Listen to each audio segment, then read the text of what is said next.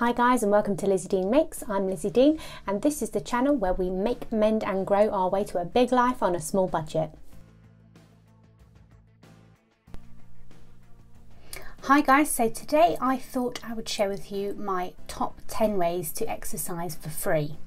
So the first thing I thought I would mention is wild swimming. Now this is something that absolutely terrifies me because dark water frightens me, so I probably wouldn't do this, but this is something that my friends Bethan and Simon, whose wedding was quite recent, have been doing a lot of lately, and also a lot of people that used to do park run with in Reading used to go wild swimming in the Thames. So quite a few people I know do this on a regular basis, so I thought I would bring it up. So places that you can go wild swimming are places like the sea, the rivers like the Thames. Obviously you don't want to go anywhere where there's high traffic of boats or other things that you're going to be in danger from, and you don't want to go swimming in any water that has got dangerous algae problems or dangerous wildlife problems. There are water snakes in the Thames, but water snakes are essentially grass snakes, so I mean they're not venomous or anything, they're freaky, but I don't think they pose any actual threat of harm. Other places are places like Lido's, and there's a lot of public swimming baths that are essentially either outdoor ponds, lakes, swimming pools, that sort of thing. There are also publicly accessible swimming lakes, swimming ponds in public parks and things like that. Even if they're not classified as Lido's, there are places like that. Obviously, if you want to go to a public chlorinated swimming pool, you're probably going to have to pay for that. There are ways and means of getting in for free or for reduced price. If you're in receipt of housing benefit within a certain district council, I believe that you can get discounts on public swimming facilities within that area, especially for children who are on sort of free school meals and things like that. I believe that they can get cheap or free swimming lessons. So those are all things to look into within your local area. As I said, I'm afraid of dark water, so going public wild swimming in the Thames is not something that I'm going to be doing, but it is a very valid option for getting some exercise for free. The second thing I want to talk about is jogging. So I go running. I'm a very slow runner. In the winter, my husband walks along next to me when I'm running as my sort of chaperone, because I often run in the dark in the winter. And he can walk at the same pace that I'm running, so that tells you that I'm quite slow. But jogging, I think, is a great way of getting some exercise. You can do things like the couch to 5k. The best technique that I thought worked for me was just slowing down, so not running but jogging at a walking pace, and I can keep that up for hours and hours.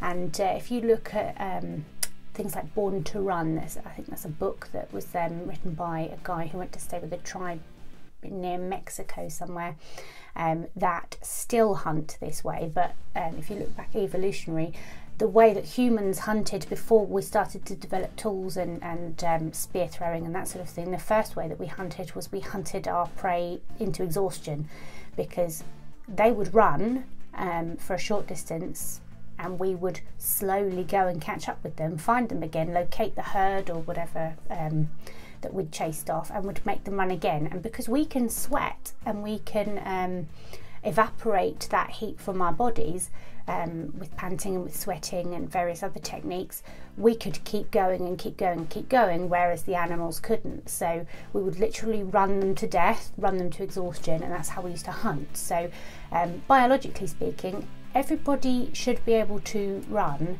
but you might find that what's wrong and why you can't seem to run, why you're just falling over, panting, holding your stomach, dying for breath, is that you're trying to run too fast.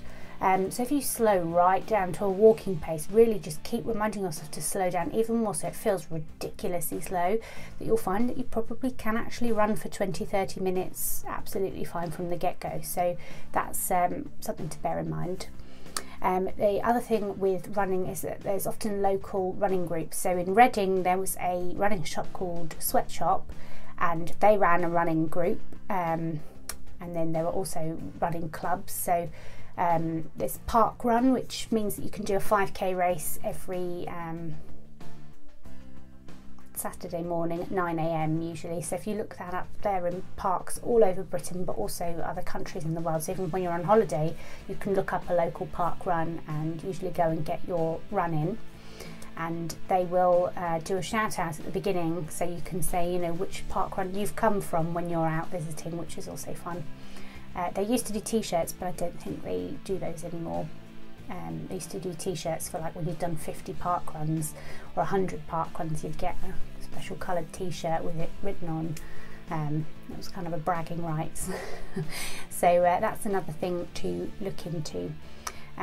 With those local running groups, that means that you could often run with a whole group of people after work in the evenings when it's dark, and you're highly visible to traffic. There's other people there to, you know, in case something happens, in case you need medical attention, if you were to, you know, twist your ankle or something.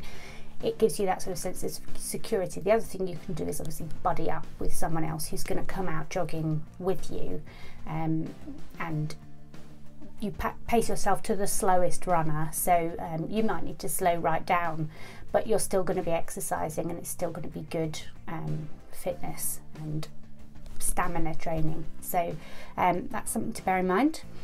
The third exercise for free tip is to do own body weight resistance training. So rather than paying to go to the gym to use the rowing machine or the cross trainer or things like that that are resistance machines, you can do most of those exercises without any equipment if you use your own body weight as the resistance. So for example, pull-ups, chin-ups on a bar, or push-ups on the ground, sit-ups, these sorts of exercises, they're all own body weight resistance exercises, and you can find all sorts of information about those and how to do them correctly out on the internet, so that you can make sure you're not hurting yourself by using a bad technique. The fourth tip is to use YouTube.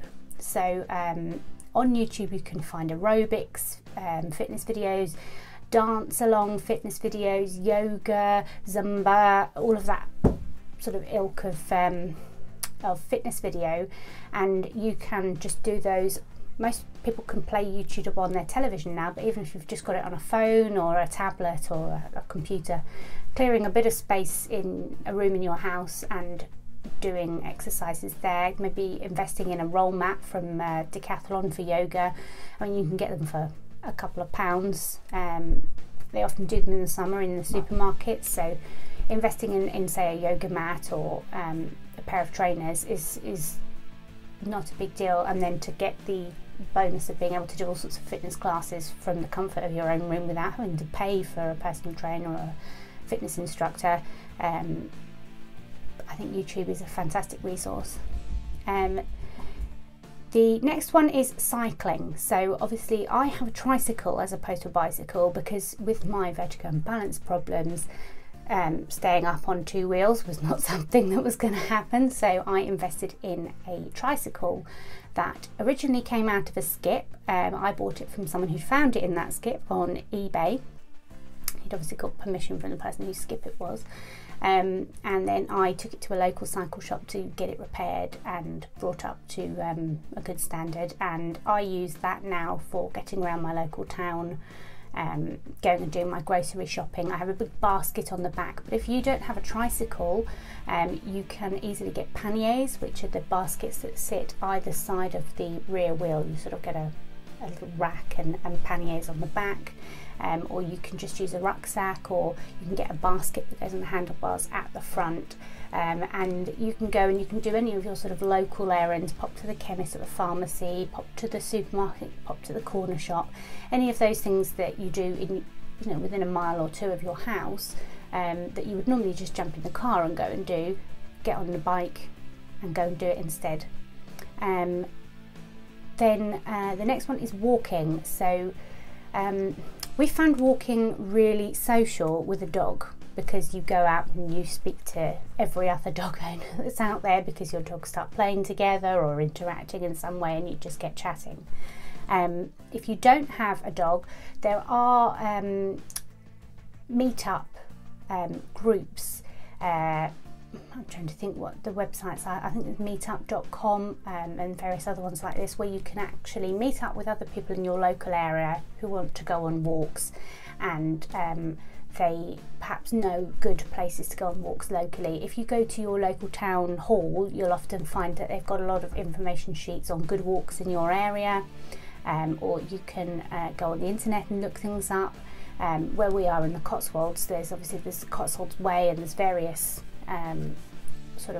tracks that are dedicated walks, and they've got signposts that tell you which way to go to carry on with this sort of specific walk that's really, you know, really picturesque or really interesting. Otherwise, there's things like rambling and hiking groups. I mean, brisk walking 3 times a week for, I think, 20 minutes is like the recommended by the NHS exercise regime for all people, for everybody, you know.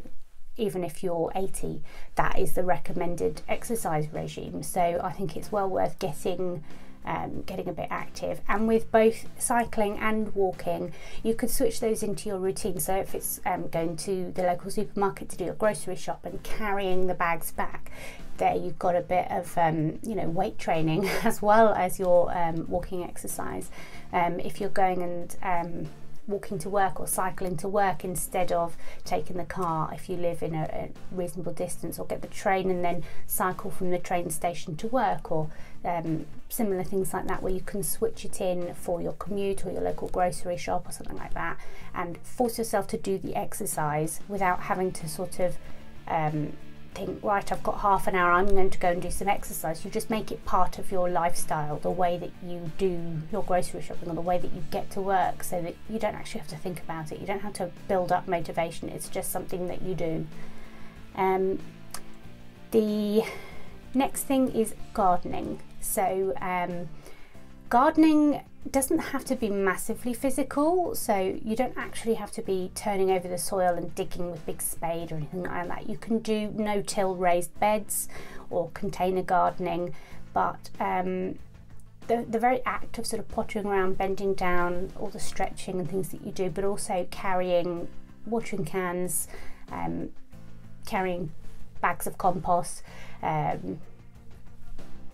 doing the mowing of the lawn in the summer, you know, these are all things that are being physical and being active and getting outdoors and doing something, and you do build up a sweat doing gardening, so that's another great way to do some exercise. On the flip side of that is housework. So if you don't have any outdoor space, or it's the middle of winter and there's not really a lot to do in your garden, or you haven't got the climate to go out and do things in the garden. You know, if you live in some of these places in the States where it snows for 4 months during the winter, you're probably not going to be outdoors doing much. In that case, doing housework. So a tip for getting motivated for doing housework is to swap houses with a friend. So I clean my friend's house and she comes and cleans mine, because I find it so much easier to clean her mess, motivationally speaking, than it is to clean my own mess. So going over and, say, taking a laundry basket, one of those plastic ones with their 2 handles, getting a laundry basket or a big box or something, and putting all the stuff that needs to be put away but you don't know where it lives because it's not your house, putting it into a box, and then doing the actual cleaning, so that you're just leaving a box in each room of the house that's things that need to be put away, but you're doing the rest of the actual cleaning and that part of the tidying.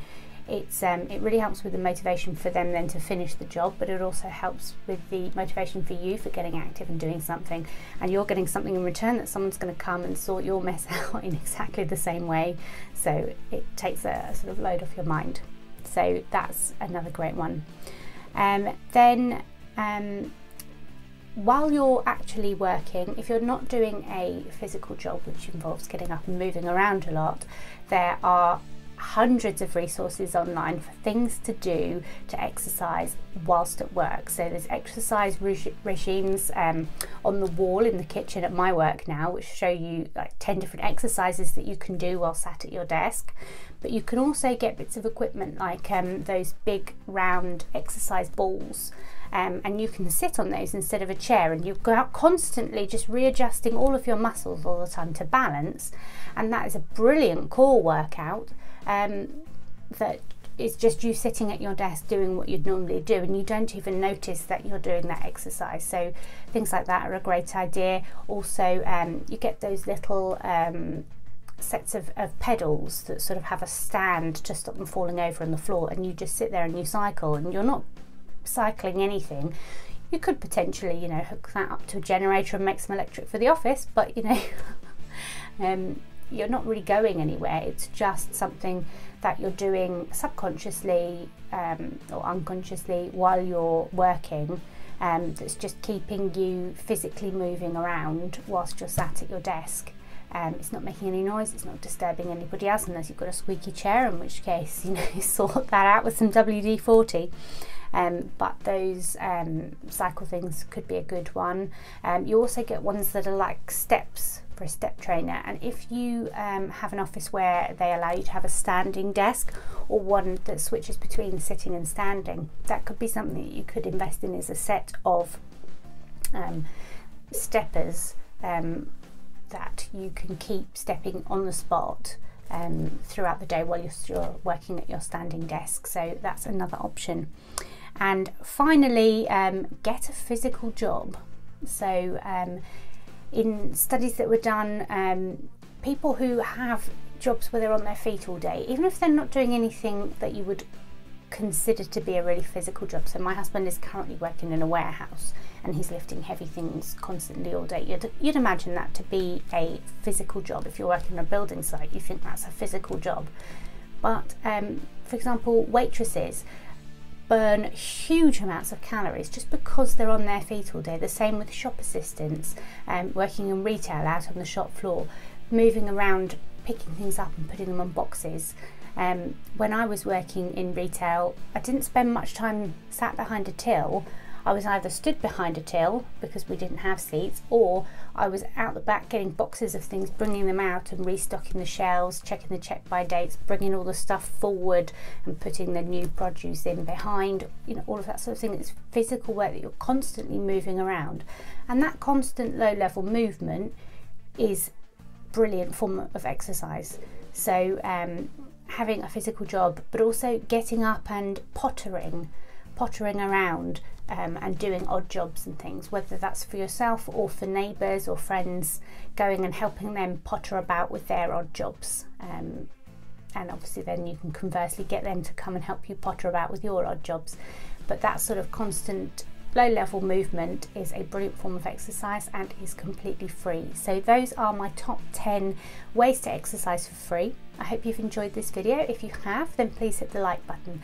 If you'd like to hear more make, mend and grow frugal small space living videos, then please hit the subscribe button and hit the little bell icon next to the subscribe button if you would like to have a notification every time I upload a new video. Thanks for watching, guys. Bye.